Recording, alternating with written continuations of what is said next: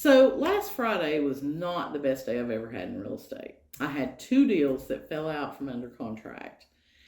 And it's very frustrating when these types of things happen. And oftentimes you're going to look for a solution to try and keep the deal together. But the common thread in both of those deals that fell apart, I had the listing in both scenarios. We've had a lot of agents that have gotten into the business since 2020 because real estate was selling so quickly. There was a lot of money to be made. So we have a lot of agents who have come into the business and they didn't necessarily get the training that they may have needed. They don't have experience with actually having to hold hands with a buyer to get the deal closed. Because like in 2020 and 2021, even the first part of 2022, if a buyer went under contract on a house, like you just knew it was going to close because they didn't want to lose the house because there wasn't anything else to buy. So now the market has shifted a little bit. And we're seeing a lot of squirrely buyers out there. People are putting offers in on houses and then whatever thing they can find to terminate a contract over, they're terminating. And it's a different market than it was the past 2 or 3 years.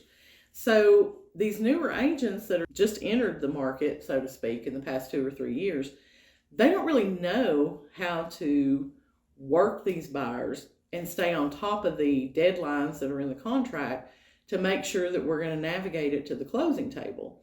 And it's very frustrating for me as a listing agent. It's very frustrating for my sellers because, we're operating in good faith. We're trying to do everything we're supposed to do according to the contract to get to closing.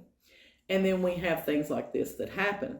One example I had was we had a property and it was supposed to have actually closed on Friday. And we knew that it wasn't going to close on Friday, but the buyer's agent had assured me the day before that everything was good. They had just had to change a couple of things on the financing, but everything was good to go. And they needed like another week to 10 days to get to the closing table.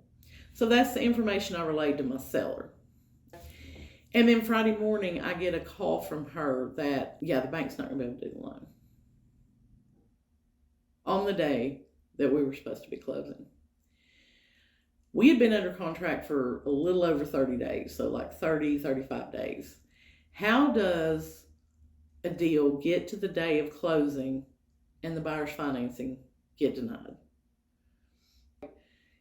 As a buyer's agent, you've got to stay on top of things. You've got to be in constant communication with the bank, with your buyers. Are they getting them the information they need? Is the deal moving forward? And that just wasn't happening. So it is frustrating. And if you are a buyer or if you are a seller in 2023, you need to talk to your agent. You need to interview some people and ask them, how long have you been in the business? What negotiating skills do you have?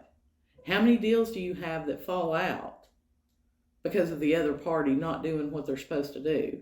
You need to ask some good questions of these people.